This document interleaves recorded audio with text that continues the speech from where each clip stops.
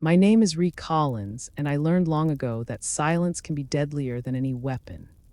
That morning, the bugle still echoed in my chest when I walked onto the training field with nothing more than worn out shoes, a faded sweatshirt, and a patched pack that looked like it belonged in the trash. They laughed, they pushed, they wanted a reaction. I gave them nothing because I knew if I let even one crack show, the questions would start. And if the wrong eyes saw what I carried on my skin, everything would unravel before its time. Before we dive into the story, take a moment to like the video and subscribe, but only if stories of courage and resilience speak to you, and share in the comments where you are listening from and what hour it is in your corner of the world. It is always moving to see how far these stories travel and whose hearts they reach. They thought I was weak because I was quiet. They thought I came here to hide. What they did not know was that silence was my strategy, not my surrender. Under the fabric of my shirt was a mark burned into me by fire, loss, and a mission no one was supposed to survive. I never planned to reveal it, but fate has its own timing. One torn sleeve, one glimpse of ink, and the entire camp would freeze in place. From that moment on, respect would not be optional. It would be demanded and earned in storms no one else endured. The bugle had barely faded when Sergeant Branson barked us into formation. The ground was damp from the night rain, mud clinging to the edges of our boots. Some recruits stretched their arms wide like they owned the air. Others rolled their shoulders, hungry for attention, loud with laughter.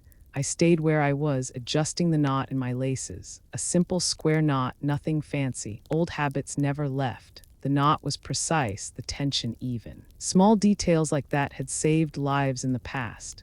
Now it simply kept my shoes from coming undone while I ran in circles with kids who thought sweat was a new discovery. Duke Harper spotted me crouched low and grinned like he had caught prey. He was tall, thick across the shoulders, the kind of man who believed volume was power. He leaned down and hissed, hoping Branson would not hear. "You tying bows for a picnic, Grandma." His breath was sour from last night's dip. But I kept my eyes on the knot, no answer. He hated that. Bullies always did. He wanted a reaction. He wanted me to snap back, to trip on my laces, to make the rest of the platoon laugh. I stood, silent, slipping back into formation. Branson's eyes flicked to me just for a second, then to the knot. He tapped his stopwatch and jotted something on the clipboard. He was always watching, always counting. He had the look of a man who judged not just miles and minutes, but choices. I did not mind. Better him than the pack around me. When the run started, Duke surged ahead. He pounded the ground like every step was a declaration. Mara King ran beside him, her braid whipping behind her, her smirk sharp.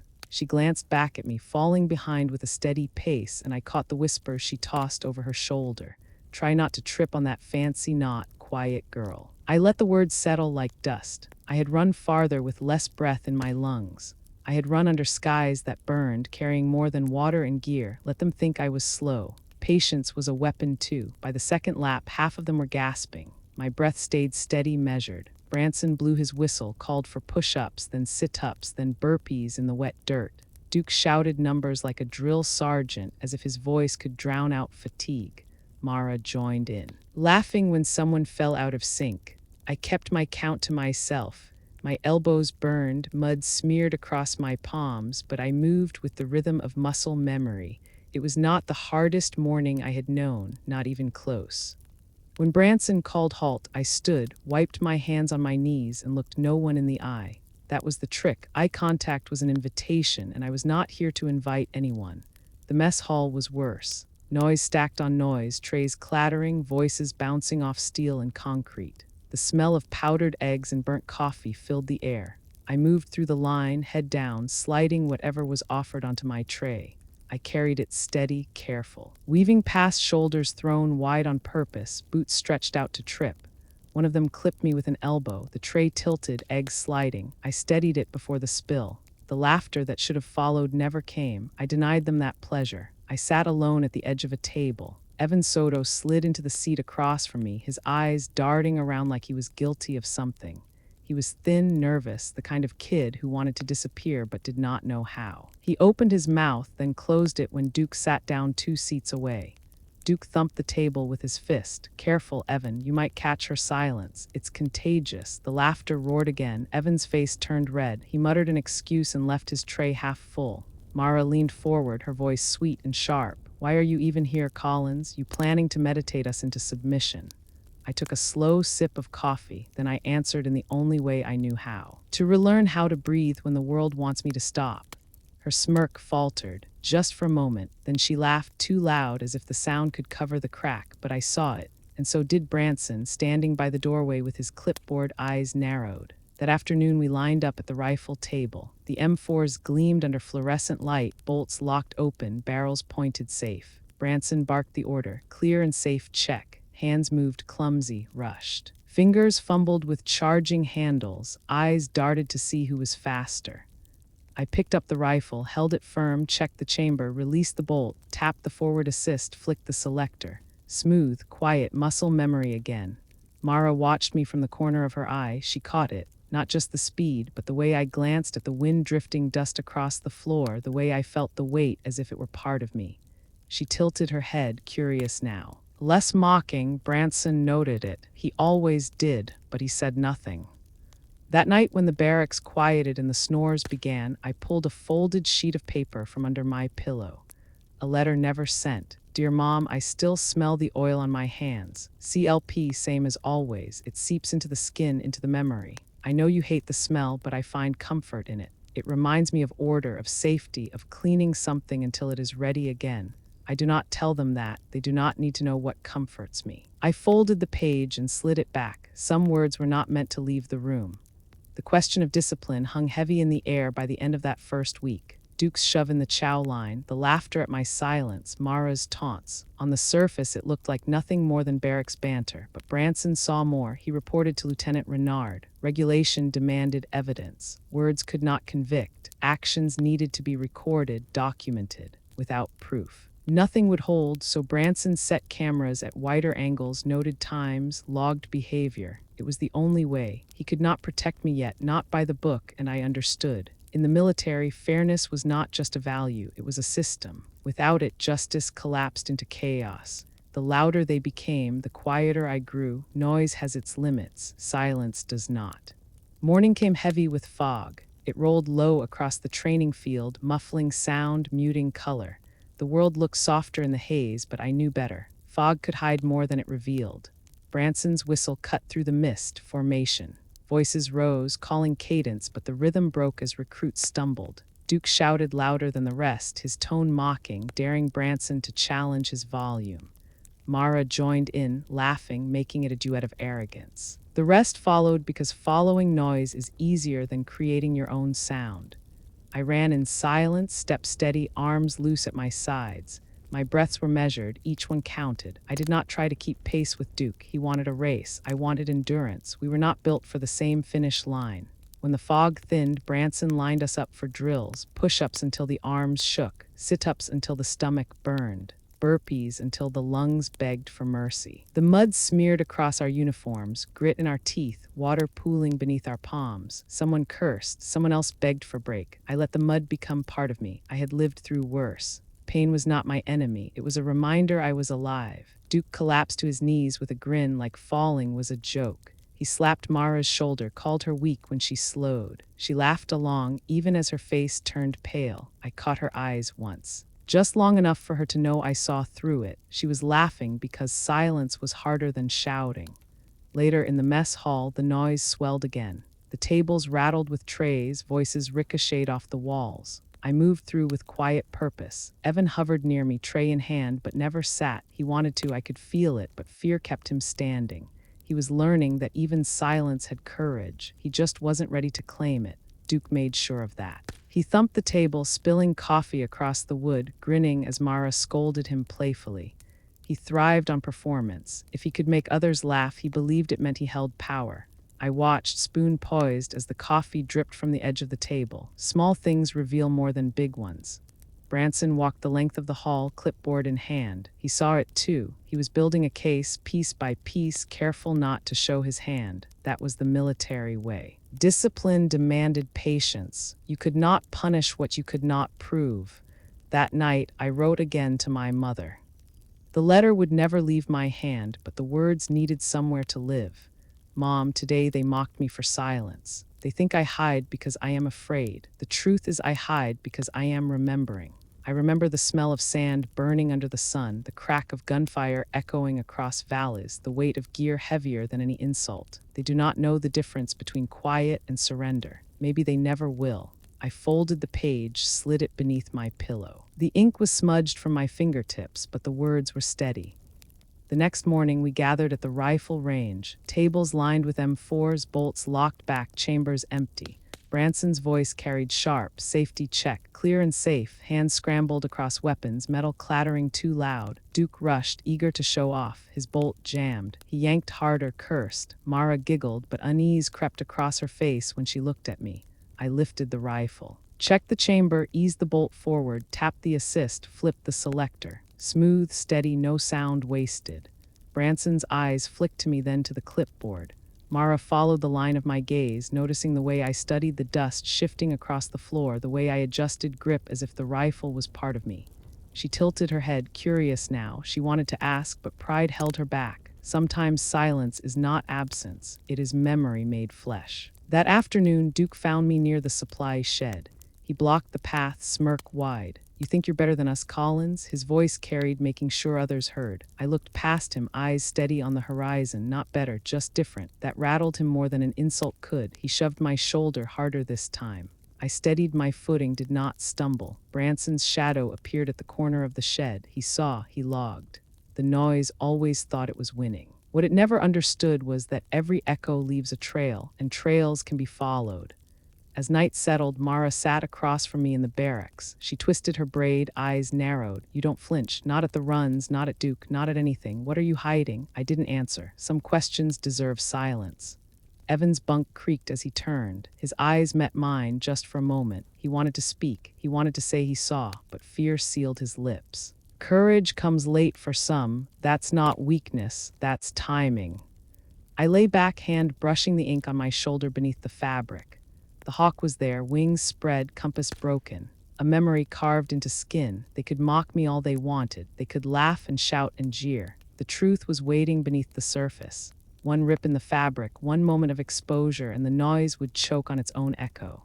If you feel the weight of this silence, make sure to subscribe so you don't miss what comes next. Stories like this are not just told. They are carried, the days blurred, drills upon drills. Branson watched, recorded, waited. Duke pushed harder, louder. Mara hesitated more often, her smirk faltering when she looked at me. Evan hovered, drawn to the quiet, afraid of the cost. I kept my breath steady because I knew. The ones who love the noise always think they win, but storms are not measured in shouts. They are measured in what survives when the shouting stops. Fog still clung to the treetops when Branson dropped a stack of maps into our hands. Land navigation. The words alone made half the recruits groan. A compass, a laminated map, a protractor, and endless woods that all looked the same once you stepped off the gravel. Duke grinned like it was his chance to lead. Mara smirked, already staking her place beside him. I slipped my map into a case and checked the edges, fingers tracing the contour lines. The morning wind was sharp, shifting from the west, just enough to tug loose corners. Someone cursed as their sheet whipped into the mud. I bent, pressed mine flat, clipped it back tight. Habit, always secure your lifeline before the storm. Branson gave the order, move. We set out in groups, Duke barking orders like he had memorized the manual. He held the compass high, shouting azimuths, but his stride was careless, his eyes on the group rather than the terrain. Mara followed. Head bent over her map, but not truly reading. The woods thickened, brush clawing at our legs, and soon the trail vanished. The group slowed, confusion creeping in. Duke jabbed his finger at the map. The checkpoint should be right here. His voice carried frustration, volume compensating for doubt. I knelt, pressing my hand into the soil, eyes scanning the slope. The land dipped toward a creek bed. The contour lines had been subtle, but they told the truth. We had drifted east. Just enough to miss. I raised my eyes, caught the angle of sunlight breaking through branches, and adjusted. "This way," I said, voice low. Duke spun, sneering ready. "You got something better?" I didn't argue. I just started walking. Feet sure, compass steady. Evan, hovering at the edge, followed me first. Mara hesitated, then fell in. The others trailed after, silence spreading like a shadow. Within minutes, the orange panel of the checkpoint appeared through the trees. Relief washed over the group, but no one said thank you. Duke muttered something about luck. I let him keep his word. Luck was easier for them to swallow than skill. Branson stood waiting at the checkpoint, stopwatch in hand. His eyes flicked from Duke to me, then to his clipboard. He said nothing, but his pen scratched slowly and deliberately. Small details ignored by most are the threads that hold the whole fabric together. Back at the range that afternoon, the smell of CLP oil and gunpowder thickened the air. Weapons drills, timed disassembly and reassembly of the M4. Duke flexed his fingers like a prize fighter. Mara rolled her neck, ready to show speed. The clock started, metal clanged, pieces dropped, breaths grew frantic. 1 minute 45, 2 minutes. Branson barked at times, scribbling notes. When my turn came, I did not rush. I simply moved. Pin pulled, bolt carrier slid free, charging handle set aside. Hands steady, rhythm ingrained. I cleaned as I went, every motion exact. 55 seconds. Reassembled. Function check complete. The room went still for a heartbeat. Branson's eyes narrowed, but he did not announce my time. He only nodded once. Duke scoffed, muttered about me practicing in secret. Mara said nothing, but I saw her watching, curiosity replacing scorn. Branson called me forward. Collins demo, show them proper sequence. So I did, not to boast, but to teach. I explained each motion, each reason, why the forward assist mattered. Why did the firing pin have to be checked twice? Why safety was not a switch but a mindset. Some listened, some rolled their eyes, but Mara leaned closer, soaking it in. Later, outside the shed, Duke brushed past hard enough to shove. His shoulder slammed mine, but I shifted, letting the force slide through my stance. No stumbling, no reaction, just balance. His scowl deepened. He wanted to make me angry. Silence denied him again. That night, Mara lingered near my bunk. She twisted her braid, eyes sharp but less cruel. You don't fight back, she said softly. Not even when you could. Why? Because escalation is a trap, I answered. She looked away, unsettled. Seeds of doubt had been planted. Branson was planting his own seeds. I noticed the new angle of cameras on the range, the drone hovering during land nav. He was gathering proof, not words. In this place, that was the only shield that held. If you believe small choices shape the biggest battles, subscribe and follow this story to its end. Every detail matters. The days stacked like bricks, each drill a test, each silence a decision. I held my breath through noise, waiting for the moment when threads would tighten, pulling everything into focus. The week stretched on, each day a variation of the same ritual. Sweat on the track, mud on the boots, and the constant press of eyes waiting for me to falter. Silence had become both shield and weight. It kept me safe from their taunts, but it also pulled me deeper into myself, where memories echoed louder than the shouting outside. On the third morning of land navigation, wind clawed harder across the training ground. The maps flapped like frightened birds. Mara cursed as hers caught a gust and nearly vanished. I steadied mine with the heel of my hand, then slipped a strip of tape across the top, a trick I had used on deployments where sand could erase ink in a heartbeat. We set out again, Duke claiming the lead. His voice grew sharper with every step, trying to drown out the quiet that followed me. He barked azimuths, but I noticed the angle of his compass tilting off. A degree here, a degree there. Enough to bury us deeper in the brush. Half an hour later, we stood lost at a fork where the terrain refused to match the paper. Duke insisted we press forward. Mara frowned at her map, chewing the inside of her cheek. Evan kept glancing at me like a man holding back a confession. The sun broke through in shards, glinting off damp leaves. I saw it then, the ridgeline curving north, subtle but true. I folded my map tight and pointed. West, 200 meters. There will be a creek bed in the checkpoint marker. Duke scoffed, voice sharp. You think you know better than the compass. The compass only works if the man holding it does, I said, keeping my tone even. For a moment, tension crackled. The group split between loyalty and logic. Then Mara stepped closer to me. Let's check her call. What's the harm? We turned west. 10 minutes later, the checkpoint stood waiting, orange panel bright against the trees. No one cheered. No one thanked me, but Mara's glance lingered and Branson's camera drone hummed overhead, recording every step. Truth leaves its own evidence, even when no one speaks it aloud. That afternoon, the drill shed smelled like steel and solvent. Branson had stacked stripped rifles across the table. One by one, we tore them down, wiped carbon, reassembled. Times were called out, scribbled on his clipboard. When my turn came, I did not race. I flowed. Parts slid free, pins pressed loose. The rhythm practiced until it lived in my bones. 55 seconds again, smooth and unbroken. Branson lifted a brow but gave no comment. Instead, he gestured for me to stay. Collins walked them through, so I did. I explained how sand could jam a bolt if you missed the smallest speck. I showed how oil left too heavy could choke the chamber in cold air. I demonstrated slow, patient, not as a competitor, but as someone handing down a craft. Mara watched with narrowed eyes, less mocking now, more measuring. Evan scribbled notes like a student. Even Duke fell silent, though his glare burned hotter. Later in the yard, Duke tried again. He angled his shoulder into me hard enough to jolt. I caught my weight on the balls of my feet, shifting just enough to absorb the hit. No stumble, no retaliation. He muttered something bitter, but the victory he wanted never came. That evening, Mara hovered near my bunk. You knew exactly where that creek was today, she said. Not luck, training. I shrugged. The land always tells the truth if you learn to listen. She studied me. Unsettled, you're not what you want us to think. Neither are you, I answered. Her eyes widened, then she turned away, leaving me with the quiet. If you've ever seen someone judge too soon, share this video so their story reaches farther than the fence line of this camp. Branson's preparations grew clearer. Cameras now covered the drill yards from multiple angles. The drone hovered longer during PT. He wasn't just training us, he was gathering proof. The kind that mattered when words turned into reports and careers. One evening, I pulled a folded sheet of paper from my pocket. A letter I had started a dozen times and never sent, to my mother. The ink smudged in places, the words uneven. I wrote of the smell of CLP that still clung to my hands, of the echo of cadence songs I did not join. I wrote of silence, not as weakness, but as survival. Then I tucked it back, unsent again. The days blurred. Yet the threads grew tighter. Small skills revealed, small doubts planted. A knot forms not in a single twist, but in 1,000 turns pulled taut. Evan caught me once after chow. He shifted on his feet, voice low. I saw what you did with the knot on your boot that first morning. My dad showed me that once. Square knot, said it never slips under pressure. I met his eyes. Then you know why I use it. He nodded, something like respect flickering in him, not loud. Not public, but real. Branson watched us all with eyes like flint, recording, cataloging. He knew the storm was building.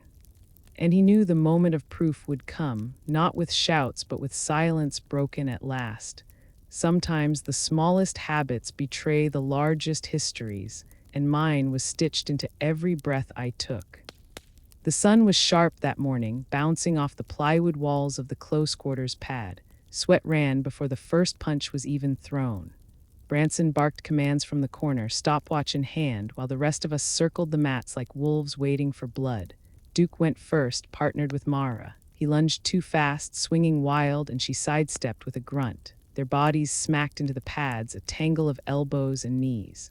Branson blew the whistle, called time. Reset them, then his eyes landed on me. Collins in. I stepped forward, bare soles gripping the mat. The smell of rubber mixed with sweat and adrenaline. Duke's grin stretched wide, teeth bared. He wanted me, had wanted this moment since day one. He bounced on his toes, cocky, loud, the opposite of me in every way. We squared off. His shoulders rolled, his eyes sharp with challenge. The whistle blew, he charged. I did not meet his force. I shifted. My stance softened. Feet sliding just enough to catch balance. He swung high, I ducked low. He cursed, tried again, faster. My palms deflected without striking. My breath stayed even, my silence intact. The others shouted. Mara called out encouragement. Evan muttered under his breath, the noise pressing in. Duke grew hotter, sloppier. He grabbed my collar, yanking me forward with all the strength he had. The fabric gave. A sharp sound split the air, louder than the whistle. Rip. The hem tore at the shoulder, fabric curling back like a wound. Sunlight struck the skin beneath, catching on black ink. A bird, wings flared. A kestrel locked mid-dive, talons open, etched sharp over a broken compass. The lines were bold, deliberate, scar and art woven together. The room froze. It was not silence of discipline. It was silence of revelation, of fear and awe tangled into one.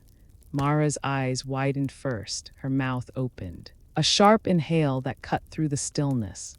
She had mocked me for weeks, and yet in that second her gaze flickered with something closer to respect or maybe dread. The color drained from her face as recognition rippled across her features. She had heard stories, maybe whispers from her brother who served, or a documentary half-watched. Her body tilted back slightly as if instinct told her to give space. Evan's reaction was different. His lips parted, but no sound came. He stared with the raw disbelief of someone who had stumbled into a chapter of history he was too young to fully understand. His notebook, always clutched like a lifeline, slipped a little from his hand. His voice, when it finally broke through, was a hoarse whisper that did not rise beyond himself. My God, even Duke faltered. His fingers still clutched the torn fabric, but the strength had gone from his grip.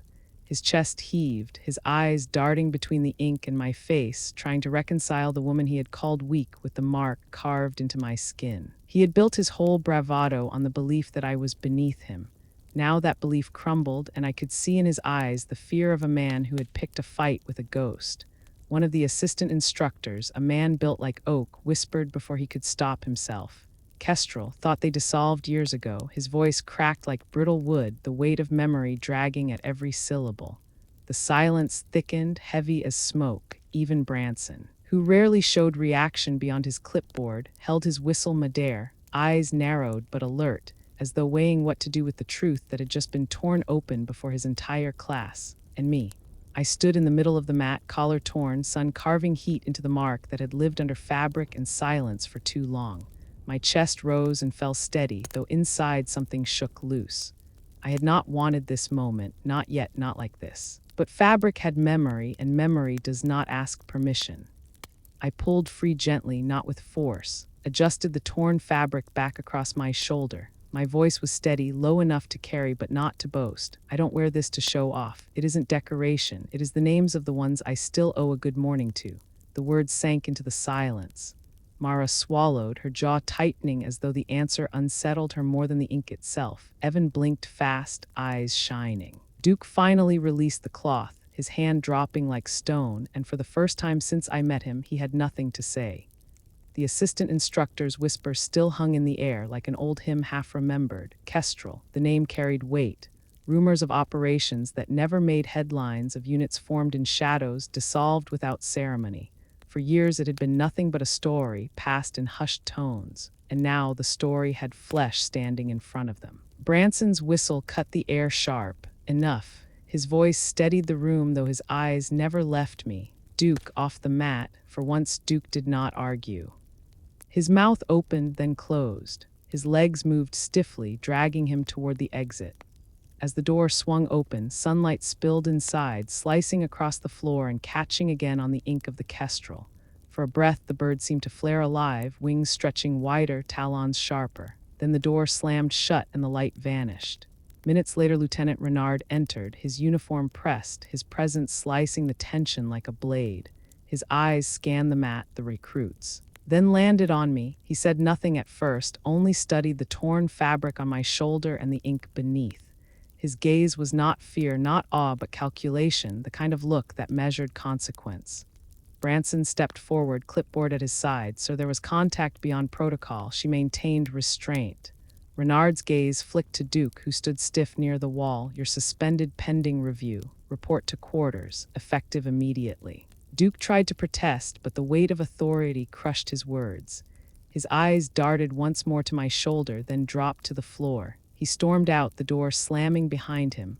Renard turned back to the group. Training continues. Collins, you'll serve as peer instructor for technique drills until further notice. It's not a medal, it's a function. A murmur spread, uncertain, unsettled. Mara's eyes never left me. Evan looked as though he had 1,000 questions, but no courage to ask.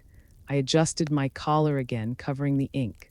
My chest felt heavy, not lighter. The truth was out, but the price of revelation was never joy. As the others returned to practice, Branson caught my eye for a moment. A silent nod, not approval, not pity, recognition. I exhaled slow. The fabric had torn. The threads that held my silence had split. There was no sewing it shut again. But sometimes a tear reveals what the cloth was hiding all along.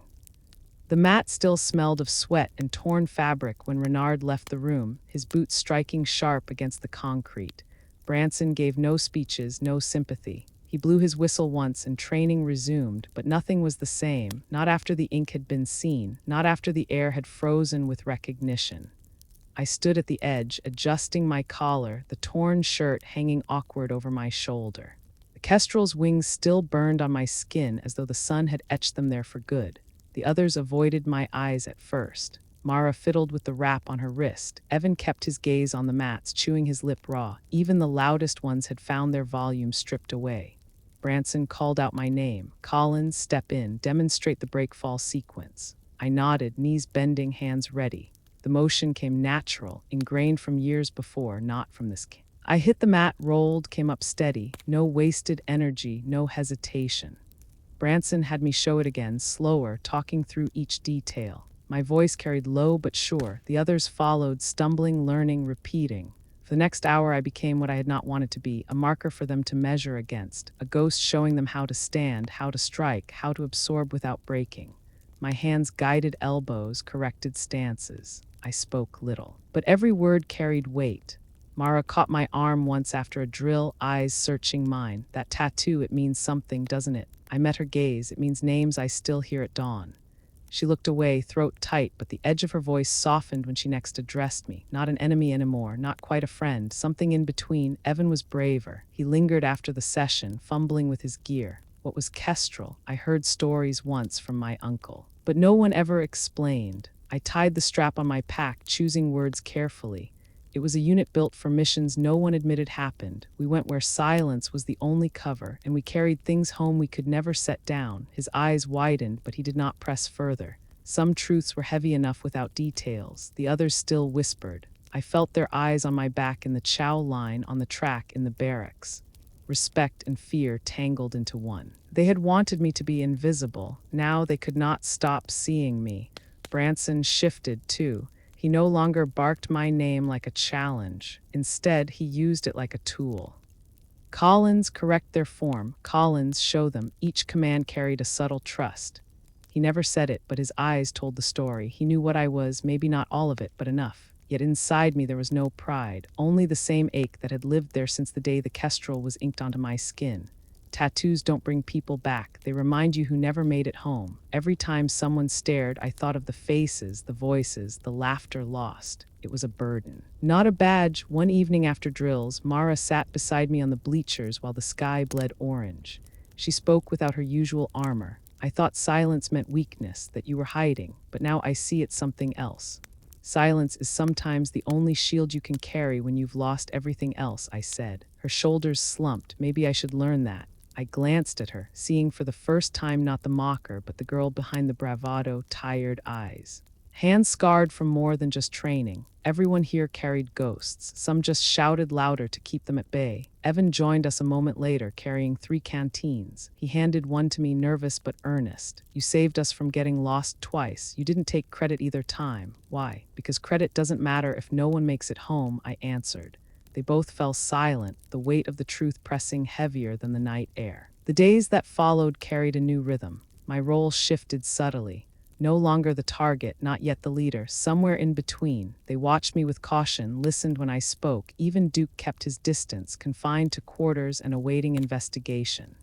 Branson's cameras caught it all. He positioned them carefully, ensuring every drill, every interaction had evidence attached. Not for me, not for the recruits, but for the record that one day would matter. He understood the military's language. Proof, not whispers. Reports, not rumors. Still, the torn fabric changed more than just perception. It stripped away the thin layer I had used to hide. My silence was no longer invisible. Now it was a story told by ink and scars. I could not fold it back under the collar. The kestrel had taken flight, whether I wanted it or not. At night I dreamed heavier, faces of those I owed good mornings to, laughter cut short. Boots lined without owners. I woke with the taste of dust and gunpowder in my mouth, chest tight. I would sit on the edge of the bunk until my heartbeat steadied, whispering their names like a prayer. One night Mara stirred and caught me there. She did not speak. She just sat beside me for a while, silent, until her head bowed in uneasy sleep. Evan noticed too. He began to mirror my knots, my stances, even the way I folded gear. He was learning not just drills, but rhythm, the unseen discipline. By the end of the week, Renard called me to his office. His words were clipped, his tone formal. You've been assigned as peer instructor until further notice. That means teaching, not lighting, guiding, not commanding. Do you understand the difference? Yes, sir. He studied me longer, then said softly, you wear a mark that carries weight. Be careful how you carry it here. These recruits are still forming. They don't yet know which ghosts to honor and which to fear. I saluted, turned to leave. His voice stopped me at the door. Collins. The kestrel wasn't supposed to survive. Neither were we, I said, and walked out. On the training field that afternoon, the recruits waited, some nervous, some curious, some quietly respectful. I stood before them, adjusting the torn collar that still bore the scar of Duke's grip. My voice was steady, my breath calm. We train not for medals, not for stories. We train so the person beside us has one more sunrise. That's it. They listened, even Mara, even Evan. Even those who had once mocked. And in that moment, the torn fabric no longer felt like shame. It felt like truth. The kestrel had been forced into the light, and now it would not go back into hiding. The sound of live fire changes the air. It doesn't echo like practice rounds or the wooden cracks of blanks. It rolls through bone, settles deep in the chest. That morning, as the brass clattered against gravel and smoke lifted in pale spirals, I felt the recruits tense like a single nervous muscle. Branson had lined them along the firing line, each with an M4 cleaned the night before. Targets stood waiting, painted silhouettes against the berm. He barked commands sharp and clear, then nodded to me. Collins, assist the line. I walked slowly behind them, the smell of carbon already thick. Mara was first in line. Her stance was stiff, shoulders high, knuckles white on the grip. I crouched beside her. Lower your shoulders. Let the weapon rest on your frame, not against it. Natural point of aim. Close your eyes, breathe, open them. Where the sight rests is where your body wants to shoot. Adjust your stance until it lines up. She followed, jaw tight, and I saw the change. The rifle steadied, the tremor softened. When she fired, the round struck closer to center than she had ever managed. Her lips parted slightly, shock mixed with relief. Reset the trigger, I said. Don't slap it. Let it catch, then press again. Smooth. Another round, this one closer still. She turned her head, eyes meeting mine. A small nod, gratitude unspoken but present. I moved down the line, Evan next. His breathing was erratic, too fast. Slow down. In through your nose, hold out through your mouth. He tried, the sight steadied and his shots tightened. Confidence flickered in his eyes, then it happened. On the second string, Evan jerked under recoil. The muzzle swung wide, sweeping left across the line. A gasp rose, Branson's hand half lifted toward the whistle. I moved without thinking, my palm pressed firm against the barrel, guiding it down and forward. Safety on, chamber cleared. My voice stayed level, weapon downrange at all times, no exceptions. Evan's face drained of color. I didn't mean. Meaning doesn't matter when a round chambered could end someone's life. This isn't about pride, it's about trust. Branson's eyes met mine across the line. He gave a single nod, then signaled for training to resume. Evan swallowed hard, lifted his rifle again with trembling hands. His next shots were careful, deliberate. A mistake had nearly burned him, but correction had kept him standing. By the time the session ended, brass littered the ground like fallen leaves. Targets shredded, ears ringing. The recruits cleaned their rifles in silence, each one carrying the weight of live fire in their bones. That afternoon, Branson pulled me aside. His voice was low, thoughtful. You've seen them respond to you. If you could design one module for this program, what would it be? I thought for a long moment. Resilience doesn't start with push-ups or miles. It starts with breath, with checking yourself before the breaking point. I'd teach them box breathing. 4 in, 4 hold, 4 out, 4 hold. Reset the mind before panic sets in. And halt, hungry, angry, lonely, tired. 4 triggers that twist decisions. If they learn to stop and check those, half the mistakes vanish. Branson's brow furrowed, then he wrote it down. Micro-resilience, he muttered. Maybe exactly what they need. That evening, while the sun burned low, Mara approached me near the bleachers. Her face was stripped of its usual sharpness. She looked smaller. Younger, I owe you something, she said quietly. You owe me nothing, I answered. No, I do. I let the others pull me in. It was easier to laugh than to stand alone. I thought strength was about being loud, making someone else small. I was wrong. We all get pulled, I said. Weakness isn't falling. Strength is knowing when to stop. Her eyes glistened in the fading light. For the first time since I had met her, there was no mockery, no armor, only honesty. She nodded once and walked away.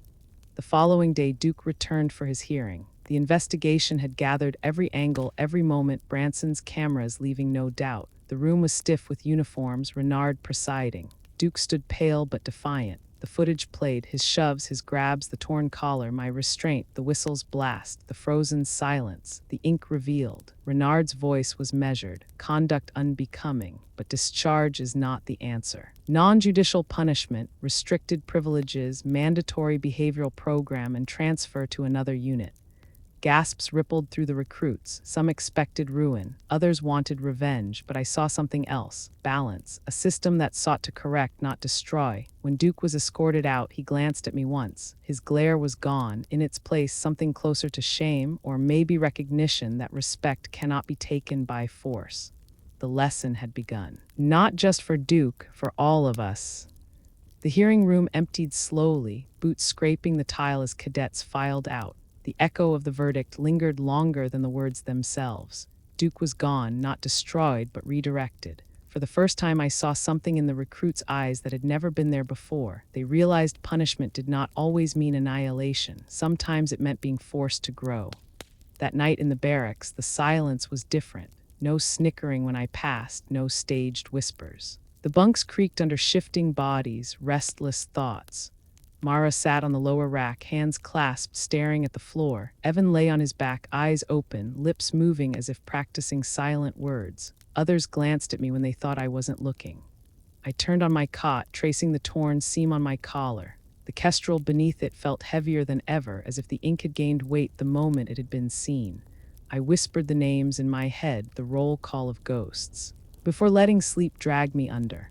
The next morning, Branson gathered us on the range again. Today we push further. Controlled pairs, movement drills. Collins, demonstrate. I stepped forward, rifle at low, ready. The gravel shifted under my boots as I advanced, fired, advanced again. 2 shots at each target, controlled, precise.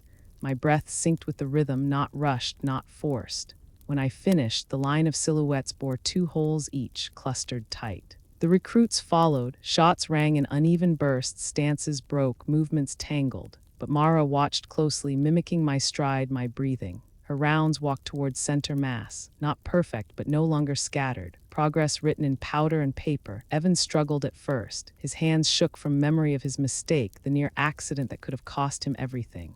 I crouched beside him. You don't need to erase the fear. You need to let it sharpen you. Fear reminds you the weapon is alive. Respect it, but don't let it lead you. He nodded, swallowed, and tried again.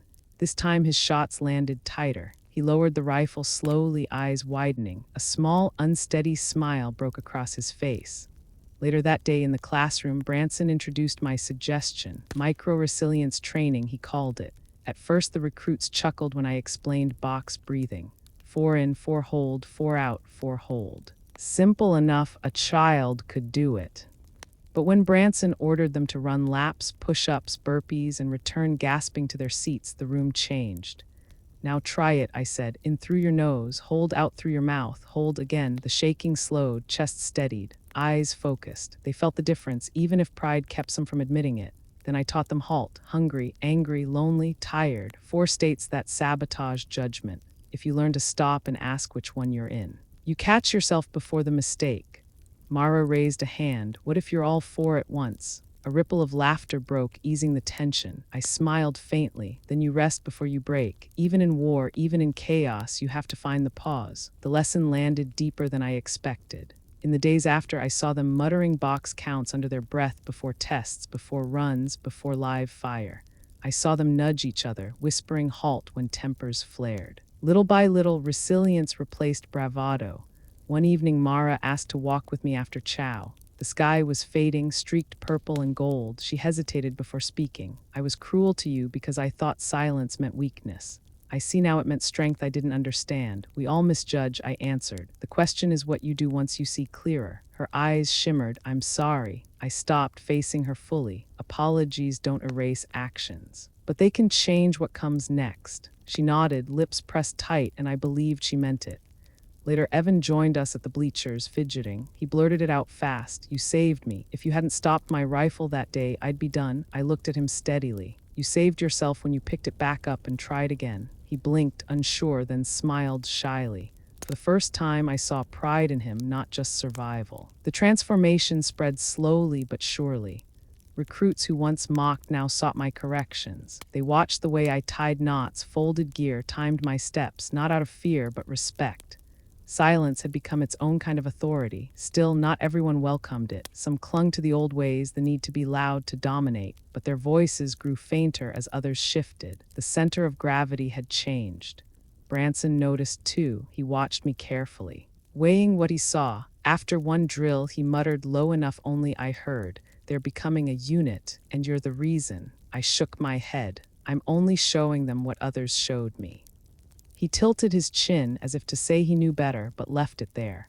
The final test of the week was a night navigation exercise. The recruits stumbled through woods under red light, maps trembling in their hands. Mara hesitated at a fork, whispering guesses. I crouched, pointed to the terrain, the way the ridge curved, the stream cut. Terrain association. Let the land tell you the truth. She listened, corrected, and led the group true. By dawn, as we emerged from the trees, I saw something new, not fear, not mockery, not resentment, but cohesion. They were beginning to carry each other, not tear each other apart. That morning Renard addressed us. His words were crisp, but his eyes rested on me longer than the others. Discipline holds this place together, but discipline is hollow without resilience. What I see now gives me hope. The recruits straightened, shoulders squaring, faces set. For the first time since I arrived, I felt the shift solidify. The hard lesson was not mine alone. It belonged to all of us, to Mara, who found strength in humility, to Evan, who learned fear could be harnessed, even to Duke, whose punishment was designed to mend, not erase.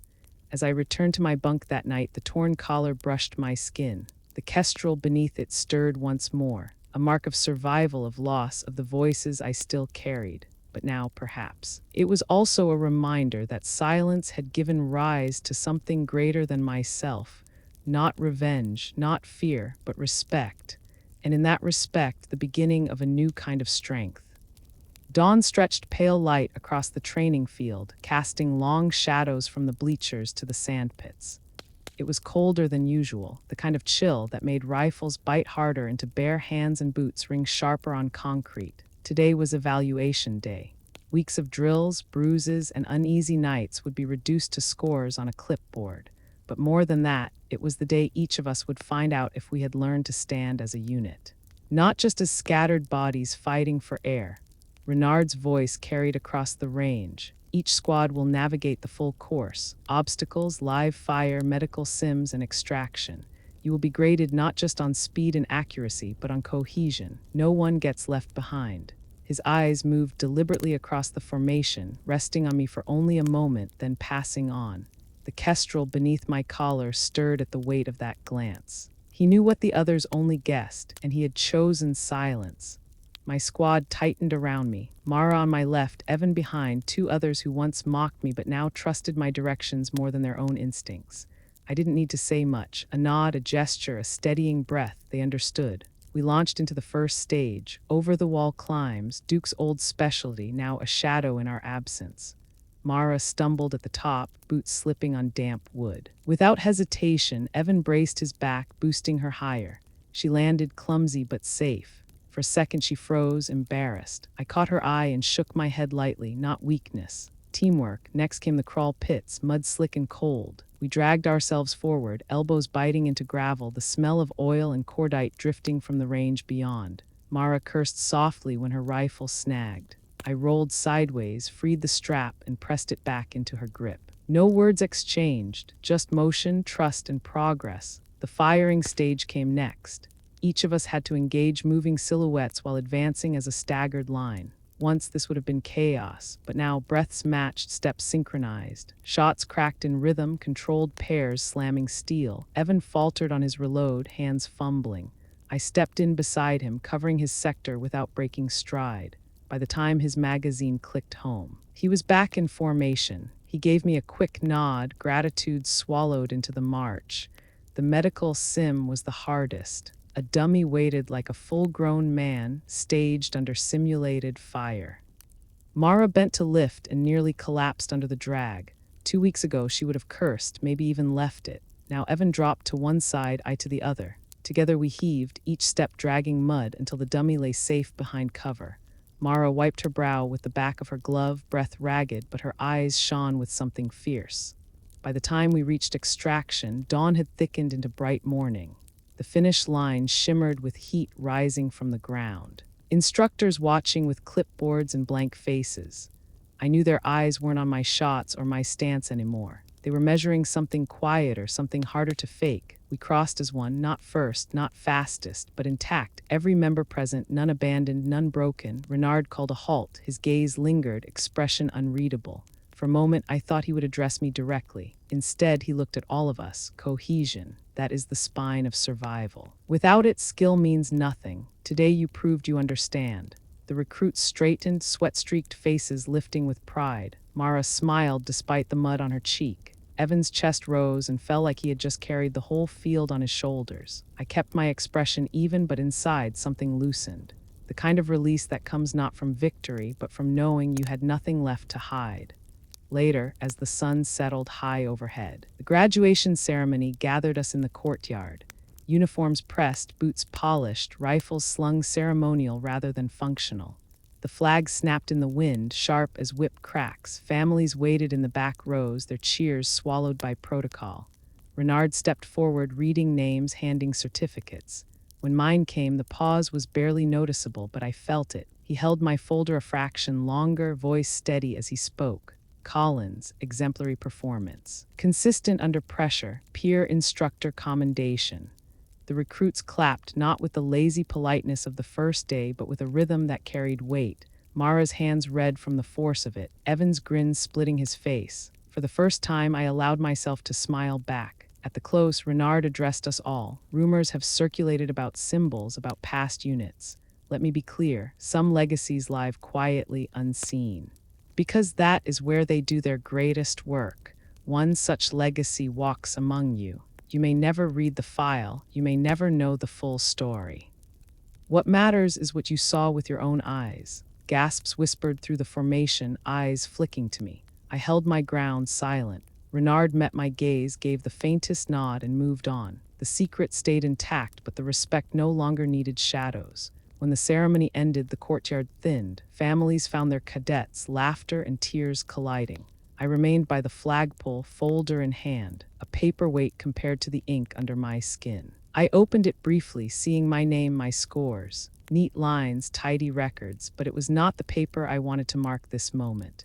From my pocket, I pulled the letter I had never sent, the paper soft with age, corners frayed, my handwriting uneven, written long ago by hands still shaking from oil and smoke. I read softly under my breath, words meant for someone who would never hear them. Mother. I am learning again how to stand beside people without needing to shout to be seen. I am learning silence can build bridges where noise only burns them. I am learning respect is not demanded, but offered, and when it comes honestly, it feels like breathing after a long hold underwater. My throat tightened, but I did not fold the letter away. For once, I let the words live in air. Mara approached slowly, hesitant as if not wanting to intrude. Evan hovered a step behind. They didn't speak, they didn't need to. The look in their eyes said enough. No worship, no blind awe, just respect. The kind that endures. As we stood there, my phone buzzed faintly in my pocket, an old device stripped of apps and noise. Only one network still reached it. I glanced at the screen. A message. No sender name, just a string. Windline/4. No context, no instructions, but I knew. A whisper from a world I thought I had left. A call not to vengeance, not to war, but to something quieter. Humanitarian, rescue, work done in shadows to spare others from them. I closed the phone and slipped it back. My breath settled like stone in calm water. The kestrel stirred again, wings etched sharp against my skin. As the crowd dispersed, I walked away from the courtyard. Boots steady, collar still torn, silence wrapped around me like armor. Behind me, Mara and Evan watched, not with questions, but with understanding. They had learned the language of quiet, and I carried with me the wind at my back. The courtyard emptied as the sun climbed high, the flags casting long ripples of shadow across the ground. Families drifted away, laughter and embraces scattering like birds startled from a tree. My steps carried me slowly toward the edge of the compound, folder tucked under my arm, the message still warm in my pocket. Windline 4. It hummed in the back of my mind, not loud, not urgent, but steady. Like the low note of a cello that you cannot unhear once it begins. I didn't know when or where, but I knew what it meant. A reminder that silence is never the end. It is a pause before the next call. Mara jogged up beside me, slightly breathless. She held her folder too, edges still crisp, as if she hadn't dared crease it. For a moment she walked without speaking, then she cleared her throat. You didn't have to do what you did for us. You could have just kept your distance. I glanced at her. The sunlight picked out the mud still caked in her hairline, the dark crescents under her eyes. She had been forged differently now, shaped by failure and resilience both. Keeping distance never saved anyone, I said. It just leaves people to drown alone. She nodded, eyes shining though she tried to blink it away. Thank you, Ree, not just for covering me, but for showing me what strength looks like when it doesn't need noise. Evan joined us then. Lanky frame still stiff with nerves, folder clutched like it might vanish if he loosened his grip. He gave me a shy smile, one corner of his mouth twitching. You're leaving, aren't you? I didn't answer right away. The kestrel under my collar seemed to stir again as if listening. Finally, I said, leaving is a kind of staying too. Sometimes the best way to honor what you've built is to step aside and let it stand without you. He frowned, not fully understanding. But he accepted it. His respect was enough. We reached the edge of the field where the gravel met the long chain-link fence. Beyond it lay the road, and beyond the road the rest of the world. Mara stopped there, shifting on her boots. So what happens now? I let the silence stretch a moment. Then I said simply, you keep learning, you carry each other, and when you forget, you remember this week, the mud, the sweat, the way it felt to not be alone. She swallowed hard, then extended her hand. For a moment, I considered leaving her hanging, keeping the ritual unspoken. But then I reached out, grasped her hand firmly. Her grip was stronger than it had been that first day, steadier. She had learned more than she knew. When I let go, I turned without looking back. The gravel crunched under my boots, a rhythm that felt both final and beginning. The barracks were quiet when I entered, emptied by celebration. My cot waited, blanket folded with the precision I had always kept. On the small shelf sat the letter I had read aloud, edges frayed, words etched in lines that no longer needed to be hidden. I folded it carefully, slid it back into my duffel.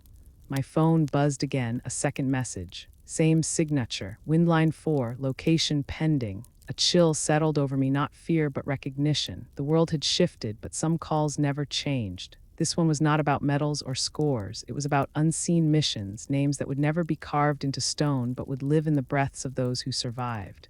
I packed slowly, methodically. Each item had a place, each knot tied with care. My boots, worn smooth, slid into the bag last. When I stood, the room looked untouched, as if I had never been there. Only the faint impression on the mattress betrayed otherwise.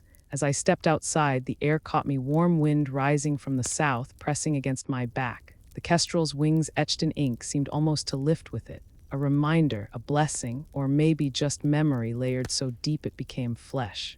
Near the gate, Branson stood with arms folded. He didn't look surprised. He never did. You're going, he said quietly. I paused for now. He studied me, then nodded once. They'll talk about you. Rumors always grow legs. Let them, I replied. What matters is what they carry forward, not my name. He allowed the faintest smile, something rare as sunlight in winter. Safe travels, Collins, and thank you. I inclined my head, then moved past him. The gate creaked open. Metal heavy but not resisting. Beyond lay the open road, dust swirling in the noon wind. As I walked, I thought of my mother again, of the letters she would never read, of the voices I carried, the ones who had not made it home. Their silence was not emptiness. It was weight. It was guidance. Every step carried me further from the compound, but not away from what had been built there. Mara's laughter when she hit her target for the first time. Evan's relief when his rifle fired clean. Even Duke's bowed head in that hearing room, learning that punishment could heal. Those echoes walked with me. At the crest of the hill, I stopped, turned once. The compound lay below, small now, but not insignificant. Flags still whipped in the wind, a silent salute. I raised my hand in return, not high, not dramatic, just enough. Then I faced forward. The road stretched ahead, unmarked, uncertain. The message pulsed again in my pocket. Windline 4. I breathed deep, letting the wind fill my lungs, letting it push against my shoulders like unseen hands. And then I walked on. Not loudly, not triumphantly, but with silence that no longer needed defense, because silence, I had learned, is not the absence of power. It is the shape of it. And with the wind at my back, I carried it forward into whatever waited beyond the horizon. I left the compound behind me, but the echoes stayed. Not the jeers from the first days, not even the sound of rounds snapping across the range. What stayed was quieter. The rhythm of boots moving together, the pause of breath before a clean shot, the hush after a truth finally spoken. In the weeks that followed, people asked where I had gone. Some thought I vanished. Others swore they saw me boarding a transport or slipping into an unmarked convoy. The truth was simpler. I carried silence with me, and silence doesn't leave a trail. Mara wrote me once. Her handwriting was cramped, hurried, like she feared the words might escape if she didn't catch them fast enough.